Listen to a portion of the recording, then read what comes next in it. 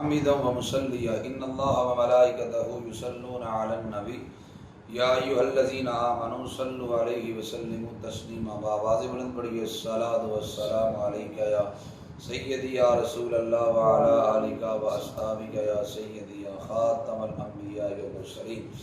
معزز سامعین و ناظرین، آج 24 رمضان المبارک کی نسبت کے ساتھ 24واں لیکچر لیے میں آپ کی خدمت میں حاضر ہوا۔ آج کی ہماری گفتگو کا موضوع ہے نام رکھنا اور بال اور ناخن کاٹنے کا شرعی طریقہ کار کیا ہے۔ اللہ سے دعا کرتا ہوں کہ مالک کائنات میری زبان پر کلمہ حق جاری فرمائے۔ اللہ جل مجدہ الکریم نے اپنی لاریب کتاب میں ارشاد فرمایا، یا ایھا الذین آمنوا لا یسخر قوم من قوم، ایک قوم دوسری قوم کا مذاق نہ اڑائے، اس لیے عسیٰ ان یکونوا خیرا منہم، ہو سکتا ہے جس کا مذاق اڑایا جا رہا ہے وہ اڑانے والے سے بہتر ہو۔ ولا نساء من نساء ان یکن خیرا منہن، نہ ایک عورت دوسرے عورت کا مذاق اڑائے اس لیے کہ جس کا مذاق اڑایا جا رہا ہے ہو سکتا ہے وہ اس سے بہتر ہو۔ اور فرمایا ولا تلمزوا انفسکم، اور نہ ہی ایک دوسرے کو تانا دو۔ ولا تنابزوا بالالقاب، اور برے ناموں کے ساتھ ایک دوسرے کو نام یاد نہ کرو، الٹے کسی کے نام نہ رکھو، نہ الٹے ناموں سے کسی کو پکارو۔ بئس الاسم الفسوق بعد الایمان، ایمان لانے کے بعد فاسق کہلانا برا ہے۔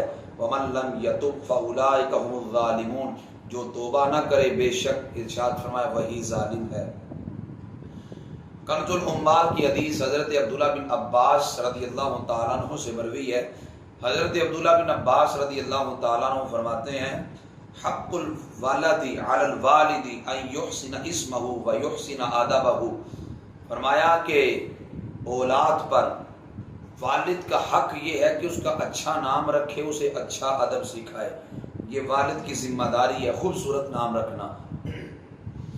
دوسری حدیث پاک مسلم شریف کی ہے، حضرت عبداللہ بن عمر رضی اللہ تعالی عنہما سے مروی ہے، رسول کائنات صلی اللہ علیہ وسلم نے ارشاد فرمایا، ان احب اسمائکم الی اللہ عبداللہ و عبد الرحمن، نبی علیہ السلام نے فرمایا اللہ کے نزدیک سب سے محبوب ترین نام عبداللہ ہے اور عبد الرحمن ہے۔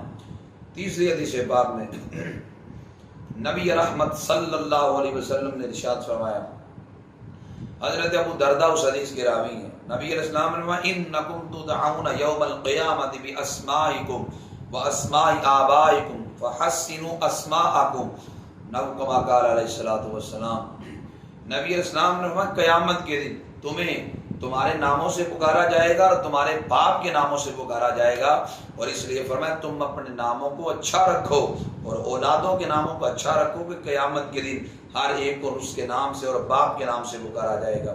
اور چوتھی حدیث پاک میں نبی علیہ السلام نے ارشاد فرمایا تسموا باسماء الانبیاء، فرمایا کہ نبیوں کے ناموں میں نام رکھو۔ وَأَحَبُّ الْأَسْمَاءِ إِلَى اللَّهِ عَبْدُ اللَّهِ وَعَبْدُ الرَّحْمَٰنِ، فرمایا اللہ کے نزدیک سب سے محبوب ترین نام عبداللہ ہے اور عبد الرحمن ہے۔ وَأَصْدَقُهَا حارث وَحَمَّام، اور اللہ کے نزدیک سچے نام حارث بھی ہیں اور حمام بھی ہیں۔ وَأَقْبَحُهَا حَرْبْ وَمُرَّہ، اور کبھی نام برے نام اللہ کے ہاں جو ہیں وہ حرب ہے اور مرہ ہے۔ پانچویں حدیث پاک کنز العمال میں حضرت عائشہ صدیقہ رضی اللہ تعالیٰ عنہ سے مروی ہے، آپ فرماتی ہیں کہ رسول رحمت صلی اللہ علیہ وسلم نے ارشاد فرمایا تسموا بخیارکم، کہ اچھوں کے ناموں پہ نام رکھو۔ اطلبوا حوائجکم عند حسان الوجوہ، خوبصورت چہروں والوں کے پاس جا کر حاجتیں مانگا کرو۔ یہ گویا نبی علیہ السلام نے نیکوں کے وسیلے سے حاجتیں مانگو گے اللہ زیادہ اپنی رحمتوں کو تمہارے جانب متوجہ کرے گا۔ تو فرمایا اچھے کو ناموں کے ناموں پہ نام رکھو، جو انبیاء ہیں، اولیاء ہیں، صحابہ کرام ہیں، آل رسول پاک صلی اللہ علیہ وسلم کے عظیم لوگ ہیں، ان کے ناموں پہ نام رکھو، وہ برکت والے نام ہیں۔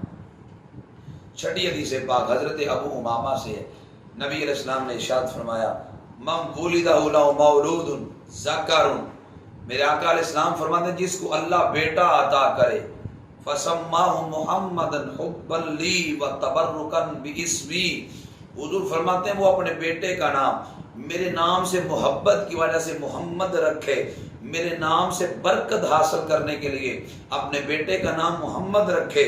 میرے آقا علیہ السلام نے فرمایا کان ہوا ومولودہ فی الجنہ، میرے آقا فرماتے ہیں اللہ اس کے بیٹے اور اس کے والد کو اس نام کی برکت کی وجہ سے جنت عطا فرمائے گا۔ اس لیے محمد نام رکھنے کی کتنی برکات ہیں۔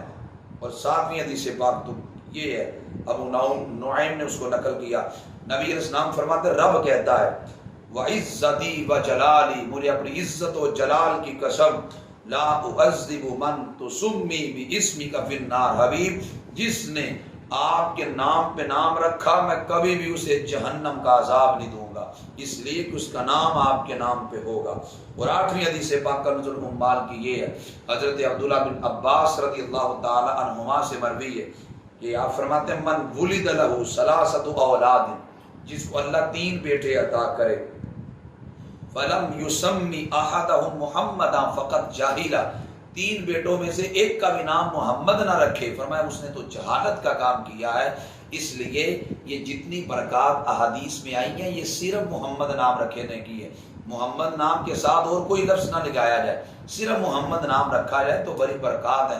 بلکہ ایک حدیث پاک میں تو یہ آیا کہ جس گھر کے اندر محمد نام کا بیٹا ہوگا اس گھر کے اندر اللہ تعالیٰ دولت اور ان کے دسترخوان میں برکتیں نازل فرمائے گا، اور اس لیے اس نام کی بڑی برکات ہے۔ ترمذی کی نامی حدیث یہ ہے، حضرت عائشہ صدیقہ رضی اللہ تعالیٰ عنہ فرماتی ہیں کہ ان النبی صلی اللہ علیہ وسلم کان یغیر الاسم القبیح، جب نبی علیہ السلام کسی کا برا نام دیکھتے اس نام کو تبدیل فرما دیتے۔ اب میں تفصیل کے ساتھ بات کروں گا کہ کون کون سے نام رکھنے شرعاً جائز نہیں ہے اور کون کون سے نام رکھنے جائز ہیں، میں انشاءاللہ ان کی نشاندہی کروں گا۔ پہلی بات یہ ہے کہ بعض اللہ کے نام ایسے ہیں کہ جو اللہ کے ساتھ مخصوص نہیں ہیں، وہ غیر کے لیے بھی وہ بولے جا سکتے ہیں، تو لہٰذا وہ پھر غیروں کے نام بھی رکھے جا سکتے ہیں۔ مثال علی، اللہ تعالیٰ نے اپنی صفت بیان کی ہے علی بلند ہونا، لیکن یہ اللہ کے ساتھ خاص نہیں ہے، یہ کسی اور کا بھی نام رکھا جا سکتا ہے۔ اور اس کے علاوہ رشید ہے، کبیر ہے، بدیع ہے، یہ اللہ کے علاوہ پر بھی لفظوں کا، اللہ کے علاوہ پر بھی ان لفظوں کا اطلاق ہو سکتا ہے۔ اس لیے چونکہ جب اللہ کے علاوہ کے لیے یہ نام رکھے جائیں تو پھر ان کا مطلب وہ نہیں ہوگا بلکہ ان کا مطلب اور ہوگا، لہٰذا یہ نام رکھنے جائز ہے۔ نبی علیہ السلام نے آسیہ صاد کے ساتھ آسیہ نام بدل کے جمیلہ رکھا، اور اسی طرح یسار، رباح، افلاح، برکت، یہ نام بھی نبی علیہ السلام نے تبدیل فرما دیے۔ اور عبد المصطفیٰ نام رکھنا بالکل جائز ہے، عبد النبی نام رکھنا بالکل جائز ہے، عبد الرسول نام رکھنا بالکل جائز ہے، اس لیے کہ یہاں عبدیت کے حقیقی معنی مراد نہیں ہے، یہاں شرافت مقصود ہے، عزت مقصود ہے، اس وجہ سے عبد النبی، عبد الرسول، عبد المصطفیٰ نام رکھنا بالکل جائز ہے، یہاں پہ عبد کے حقیقی معنی مراد نہیں ہے۔ اور جن ناموں میں خود ستائی یعنی بڑائی کا معنی پایا جاتا ہے ایسے نام نہیں رکھنے چاہیے۔ نبی علیہ السلام نے برہ، برہ کا مطلب ہے نیکی، برہ نبی علیہ السلام نے نام تبدیل فرما کے زینب رکھا۔ اور جن لفظوں میں خود ستائی، بڑائی کا معنی پایا جاتا ہے ایسے نام نہیں رکھنے چاہیے۔ مثال کے طور پر شمس الدین، زین الدین، محی الدین، فخر الدین، نصیر الدین، سراج الدین، نظام الدین، قطب الدین، یہ ایسے نام ہیں کہ اعلیٰ حضرت نے احکام شریعت میں لکھا ہے کہ یہ نام رکھنا سخت منع ہے۔ کیوں؟ اس میں بڑائی کا معنی پایا جاتا ہے، خود ستائی کا معنی پایا جاتا ہے، اس وجہ سے ایسے نام رکھے جائیں اور آپ کے دل میں یہ خیال نہ آئے ہمارے تو بڑے بڑے بزرگوں کے یہ القابات ہیں، یہ نام انہوں نے خود اپنے نہیں رکھے تھے، لوگوں نے یہ القاب ان کو دیے تھے، اس وجہ سے وہاں یہ ناجائز کا فتویٰ نہیں لگتا۔ اب دیکھ لیں پیران پیر شیخ عبد القادر جیلانی رضی اللہ تعالیٰ عنہ، آپ کا لقب محی الدین ہے، اب آپ نے خود اپنا نام تو محی الدین نہیں رکھا تھا، نہ ہی آپ کے والدین نے آپ کا نام محی الدین رکھا تھا، بلکہ بعد کے اندر جب آپ نے دین کی اعلیٰ انداز میں خدمت کی تو پھر آپ کو محی الدین کا لقب دیا گیا۔ اس وجہ سے یہ جتنے بھی فخر الدین ہے اور اس کے علاوہ قطب الدین ہے، یہ جتنے بھی جو نا وہ نصیر الدین ہے نام دیے گئے، القابات دیے گئے، یہ بعد میں لوگوں نے دیے، انہوں نے خود اپنے نام ایسے نہیں رکھے۔ اس لیے آج جو ہم معاشرے کے اندر لوگ ایسے نام رکھ دیتے ہیں جس میں بڑائی کا معنی پایا جاتا ہے، علماء نے سختی کے ساتھ ایسے ناموں سے منع کیا ہے۔ اور ایسے ہی غلام محمد نام رکھنا بالکل جائز ہے، غلام صدیق نام رکھنا بالکل جائز ہے، غلام عمر، غلام عثمان، غلام علی، یہ نام رکھنا بالکل جائز ہے، کوئی اس میں شرک کا بات نہیں ہے۔ اور افسوس کا مقام تو یہ ہے کہ یہاں اس ملک میں بسنے والے بد عقیدہ جو اپنے آپ کو توحیدی کہتے ہیں اور کہتے ہیں ہم بہت بڑے توحید پرست ہیں، انہوں نے کئی لوگوں کا نام غلام محمد بدل کر غلام اللہ رکھ دیا، اللہ کا غلام، معاذ اللہ۔ اور حقیقت تو یہ ہے غلام کی نسبت اللہ کی جانب کرنا جائز ہی نہیں ہے۔ کتنے بڑے توحیدی بنتے ہیں یہ، ہم بڑے توحید پرست ہیں، اچھی تمہاری توحید ہے کہ جو توحید تمہیں معاذ اللہ ناجائز کام پہ ابھارتی ہے، یہ توحید ہے۔ اللہ اکبر، اللہ پناہ عطا کرے ہمیں ایسی توحید سے۔ اصل توحید تو وہ ہے جو اہل سنت و جماعت کے ہاں، اصل توحید تو وہ ہے جو اہل سنت و جماعت کے اکابرین نے بیان کی۔ اور الحمدللہ ہم نبی علیہ السلام کی رسالت کے کا بھی علم بلند کرتے ہیں، اور ہم نبی علیہ السلام کی رسالت کو آگے امت تک پہنچاتے ہیں کہ نبی علیہ السلام اللہ کے سچے رسول ہیں، آپ کے بعد کوئی نبی نہیں آ سکتا، نبی آنا تو دور کی بات، نبی علیہ السلام کے بعد کو کسی کو نبوت ملنا ممکن بھی جانے، اہل سنت اس کو بھی کافر سمجھتے ہیں، اور دوسری جانب تو معاذ اللہ جو ہے نا وہ رستے ہموار کیے جاتے ہیں، ممکن کی صورتیں پیدا کی جاتی ہیں معاذ اللہ۔ اس وجہ سے نبی کریم صلی اللہ علیہ وسلم کی رسالت اور رب تعالیٰ کی توحید اصل اہل سنت ہی بیان کرتے ہیں، اور ان کے ہاں ہی اس کا معنی مفہوم حقیقی طور پہ بیان کیا جاتا ہے۔ اس وجہ سے غلام کی نسبت اللہ کی جانب کرنا یہ جائز نہیں ہے، غلام اللہ نام رکھنا نہیں چاہیے۔ جو بد عقیدہ غلام محمد کو غلام اللہ رکھ دیتے ہیں، غلام کا مطلب لڑکا ہے، پسر، بیٹا ہے، تو غلام اللہ کا مطلب ہوگا اللہ کا بیٹا۔ تو اللہ حضرت نے حکام شریعت میں لکھا ہے، صاحب بار شریعت نے بھی لکھا ہے کہ غلام اللہ نام رکھنا ٹھیک نہیں ہے، اس سے بچنا ضروری ہے۔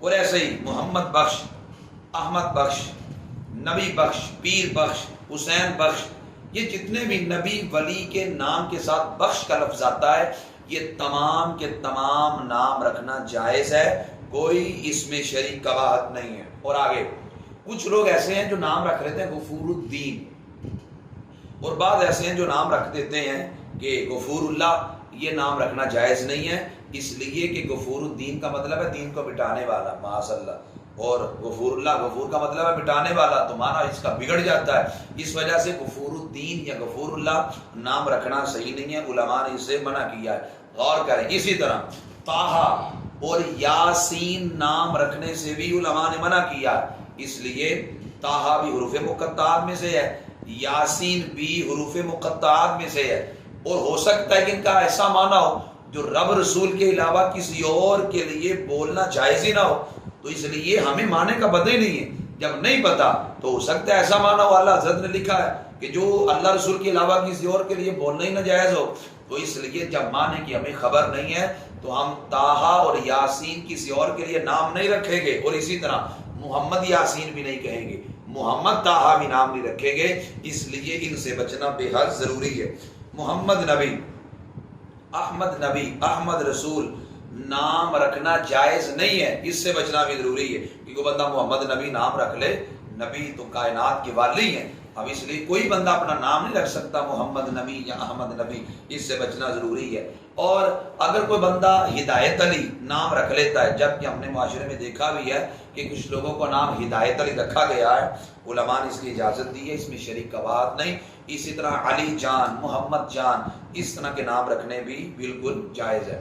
میں نے ناموں کے سلسلہ میں تفصیلی بات آپ کے سامنے رکھ دی، اس لیے خود ستائی بڑائی کا معنی جس میں پایا جاتا ہو وہ معنی نہ رکھے۔ بہترین اور آسان حل یہ نبیوں کے ناموں پہ نام رکھیں، صحابہ کے ناموں پہ نام رکھیں، آل رسول پاک صلی اللہ علیہ وسلم کے ناموں پہ نام رکھیں، برکت بھی ملے گی اور معنی بھی اس کا یقیناً خوبصورت ہوگا۔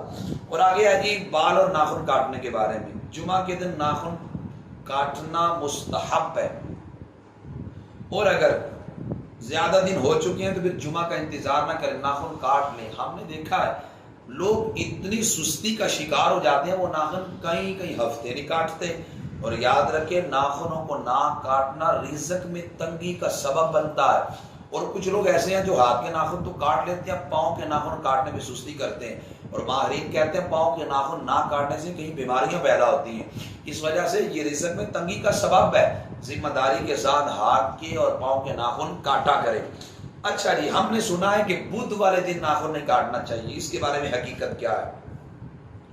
علماء نے لکھا ہے، امام احمد رضا فاضل بریلوی علیہ رحمہ نے فتاوی رضویہ شریف میں لکھا ہے، دیگر محققین نے بھی لکھا ہے کہ بدھ والے دن ناخن نہ کاٹنا بہتر ہے۔ اس لیے ایک حدیث ضعیف میں آیا ہے، فضائل اعمال میں حدیث ضعیف میں معتبر ہوتی ہے، نبی علیہ السلام نے فرمایا جو بندہ بدھ والے دن ناخن کاٹے گا وہ برس کی بیماری میں مبتلا ہو جائے گا۔ اور کتنے لوگ اعلیٰ حضرت نے نشاندہی کی ہے، کتنے لوگ ایسے تھے کہ جنہوں نے بدھ والے دن ناخن کاٹے یہ سمجھ کر کوئی بات نہیں، یہ حدیث ضعیف ہے، وہ برس کی بیماری میں مبتلا ہو گئے۔ اس وجہ سے بدھ والے دن ناخن نہ کاٹنا بہتر ہے۔ اور اگر آپ کو ناخن کاٹے 39 دن بیت چکے ہیں اور اگلا 40واں دن بدھ کا ہے، اگر آپ 40 دن پورے ہو گئے ناخن نہ کاٹے تو مکروہ تحریمی ہوگا، آپ گناہ ہوگا۔ اس صورت کے اندر جب 39 دن بیت جائیں اور 40واں دن بدھ کا دن ہو، اس صورت کے اندر پھر یہ نہ کہے کہ بدھ والے دن ناخن نہیں کاٹنے چاہیے، پھر بدھ والے دن ناخن کاٹنے ضروری ہو جاتے ہیں، اس لیے کہ نہیں کاٹے گا تو 41ویں دن پھر گناہ شروع ہو جائے گا۔ گناہ سے بچنے کے لیے اگر 40ویں دن بدھ بھی آ جائے تو پھر بھی کاٹ لیں، اور اگر ہفتہ گزرا ہے تو پھر بدھ والے دن نہ کاٹیں، 2 ہفتے گزرے بدھ والے دن نہ کاٹیں، یہ زیادہ بہتر ہے، اس سے بچنا چاہیے۔ اور ناخن کاٹنے کا سنت طریقہ کار کیا ہے؟ تو ناخن کاٹنے کا یہ سنت طریقہ ہے، میری جانب دیکھیے، یہ سنت طریقہ یہ آپ نے دائیں ہاتھ کی شہادت کی انگلی سے ناخن کاٹنے شروع کرنے ہیں، اور یوں کاٹتے ہوئے آپ نے چھنگلی کی طرف آنا ہے، چھوٹی انگلی کی طرف، اور اسی طرح پھر آپ نے بائیں ہاتھ کی چھوٹی انگلی سے شروع کرنا ہے اور یوں کاٹتے ہوئے آپ نے انگوٹھے تک جانا ہے، اور بعد کے اندر دائیں ہاتھ کا انگوٹھا رہ چکا تھا، دائیں ہاتھ کے انگوٹھے کو کاٹنا ہے، یوں ترتیب یہ آ گئی، اور یہاں سے یوں ہوتی ہوئی دائیں ہاتھ کا انگوٹھا آ گیا، یعنی دائیں ہاتھ سے شروع کیا تھا اور اختتام بھی دائیں ہاتھ پہ کیا ہے۔ امام احمد رضا رحمۃ اللہ تعالی علیہ اور صاحب بار شریعت کا عمل بھی اسی طریقہ کار پہ تھا، وہ اسی طریقہ کار کے مطابق انگوٹھوں کو کاٹ یعنی کہ اپنے ہاتھوں کے ناخنوں کو کاٹا کرتے تھے، اعلیٰ حضرت کا بھی معمول اسی طریقہ کار پہ تھا۔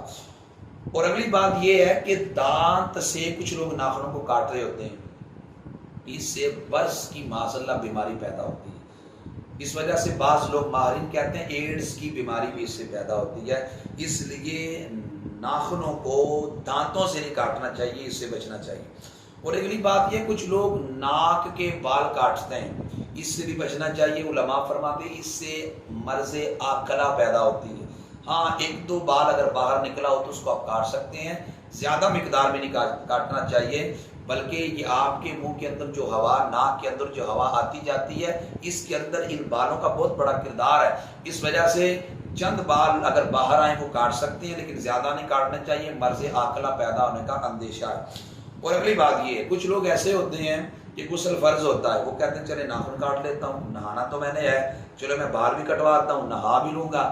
غسل فرض ہو ناخن نہیں کاٹنے چاہیے، غسل فرض ہو بال نہیں کاٹنے چاہیے، اس لیے کہ آپ اپنے وجود سے بالوں کو یا ناخنوں کو جنابت کی حالت میں الگ کر رہے ہیں، تو یہ مکروہ ہے، اسے علماء نے منع کیا ہے، پہلے غسل کریں پھر بال کٹوائیں، یا غسل فرض نہ ہو نارملی حالت ہو ناخن کاٹ لیں اور پھر آپ بال وغیرہ کٹوا سکتے ہیں۔ یہ بموں کے جو بال ہیں بہت زیادہ بڑے ہو جائیں تو اس کو آپ کٹوا سکتے ہیں۔ یوں چہرے کے بال لینا بھی جائز ہے، اسے ہی خط بنوانا کہتے ہیں، ہمارے ہاں تو آدھی داڑھی کٹوانے کا نام خط رکھ دیا گیا۔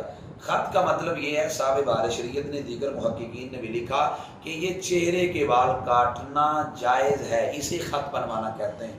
اور اگلی بات یہ ہے سینے کے بال اور پیٹھ کے بال نہ کاٹنا بہتر ہے، اور ہاتھ کے بال، پاؤں کے بال اور پیٹ کے بال اگر کوئی کاٹتا ہے تو اس میں حرج نہیں ہے، ایسے بال وہ دور کر سکتا ہے۔ اور کچھ لوگ ایسے ہوتے ہیں یہاں سے مونچھیں کاٹ لیتے ہیں، یہاں سائڈوں سے کناریاں بڑی رکھتے ہیں. ایسی مونچھیں رکھنا جائز ہے. ہمارے کچھ بزرگان دین سے ایسی مونچھیں رکھنے کا ثبوت ملتا ہے. کتنے لمبے سر کے بال بندہ رکھ سکتا ہے؟ 3 طریقے سے بال لمبے بندہ رکھ سکتا ہے. نمبر 1 آدھی کان کے لوگ کے برابر، نمبر 2 پوری کان کے لوگ کے برابر، نمبر 3 کندھے کے برابر. یہ 3 طریقے ہیں کہ بندہ لمبے بال رکھ سکتا ہے. ان 3 طریقوں کے علاوہ کندھے سے زیادہ لمبے بال رکھنا ہر ایک کے لیے حرام ہے. وہ پیر ہو، وہ مرید ہو، وہ سید ہو، وہ غیر سید ہو، وہ عالم ہو، وہ غیر عالم ہو، تمام کے لیے کندھے سے زیادہ لمبے بال رکھنا یہ حرام ہے. اور کندھے تک سارے لوگ بال رکھتا سکتے ہیں، خواہ وہ سید ہو یا نہ ہو. کندھے سے زیادہ لمبے بال رکھنا جائز نہیں. اعلیٰ حضرت نے ایک بندے کو دیکھا، اس کے کندھے سے زیادہ لمبے بال تھے. اعلیٰ حضرت نے فرمایا او تو نے کندھے سے لمبے بال کیوں رکھے؟ قسمت اس کی ماڑی. کہتا جی میرے پیر نے بھی رکھے. اعلیٰ حضرت جلال میں آ گئے، فرمایا شریعت تیرے پیر کی نہیں چلے گی، شریعت مدینے والے رسول کی چلے گی. یہ رضا کے نیزے کی مار ہے کہ عدو کے سینے میں غار ہے، کسے چارہ جوئی کا وار ہے، یہ وار وار سے پار ہے.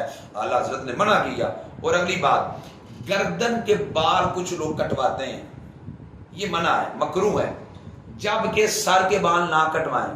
یعنی کچھ لوگ خط کروانے جاتے ہیں، چہرے کے بال کٹواتے ہیں، ساتھ گردن بھی صاف کروا لیتے ہیں، یہ منع ہے. ہاں اگر آپ سر کے بال کٹواتے ہیں تو پھر آپ گردن کے بال بھی کٹوا سکتے ہیں، پھر اس میں حرج نہیں. اور اسی طرح ہمارے ہاں بڑے پیمانے پہ اب تو یہ نوجوان جو نسل ہے، بڑے پیمانے پر ان میں سے ایسے لوگ ہیں کہ جو یہاں سے بال سائڈوں سے بالکل چھوٹے کروا لیتے ہیں اور اوپر سے اتنے چھتے رکھے ہوتے ہیں.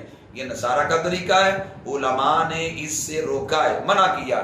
اور اسی طرح کچھ لوگ ایسے ہیں جو دائیں بائیں سے چیر نکالتے ہیں، مانگ نکالتے ہیں، اس سے بھی علماء نے منع کیا ہے. اور کچھ ایسے بھی لوگ ہیں جو مانگ نہیں نکالتے، یہ بال پیچھے کو جو نہ وہ لگا لیتے ہیں، بال پیچھے کو لے جاتے ہیں سارے، مانگ نہیں نکالتے بالکل، یہ بھی منع ہے.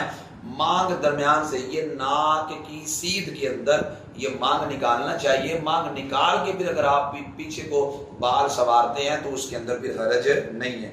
اور اسی طرح جو بال کاٹے جائیں، یہ جتنے بھی حمام والے ہیں یہ بال تراشتے ہیں، میں ان سے بالخصوص گزارش کروں گا جو بال کاٹتے ہیں ان کو کچرے کے ڈھیر پہ نہ پھینکا کریں. جب بال کاٹتے ہیں تو ان بالوں کو دفن کیا جائے گا. اسی طرح جو آپ ناخن کاٹتے ہیں بہتر ان کو بھی دفن کرنا ہے. یہ ایسی جگہ پہ کم از کم ڈالیں جہاں پہ لوگوں کے قدم وغیرہ نہ آئیں. اور ان کو غسل خانے میں ڈالنا یا بیت الخلاء میں ڈالنا یہ جو نا وہ برا ہے، اس سے بیماریاں پیدا ہوتی ہیں. 4 چیزیں ہیں جن کو دفن کیا جاتا ہے. نمبر 1 بال، نمبر 2 ناخن، نمبر 3 حیض کا کپڑا، اور نمبر 4 جو حیض کے کپڑے والا خون ہوتا ہے، خون کو بھی جو ہے نا وہ دفن کیا جاتا ہے. آپ نے دیکھا ہوگا جب جانوروں کو ذبح کیا جاتا ہے تو کچھ جگہ کو جو ہے نا وہ کھرید لیتے ہیں یا پھر جو ہے نا وہ سوراخ بنا لیتے ہیں بڑا سا، اس کے اندر جو ہے وہ خون وغیرہ چلا جاتا ہے، اس کو دفن کیا جاتا ہے. یہ 4 چیزیں ایسی ہیں جن کو دفن کیا جائے گا. میں نے تفصیل کے ساتھ نام رکھنے کے بارے میں اور بال اور ناخن کاٹنے کے جو طریقہ کار ہیں اور جو ناجائز طریقہ کار ہیں آپ کی خدمت میں تفصیل سے عرض کر دیے. جب ہم سنت کے مطابق عمل کریں گے تو اس سے اللہ کی رحمتیں برسیں گی. دعا کرتا ہوں کہ اللہ مجھے اور آپ کو توفیق عمل عطا فرمائے. وما علیہ الا البلاغ.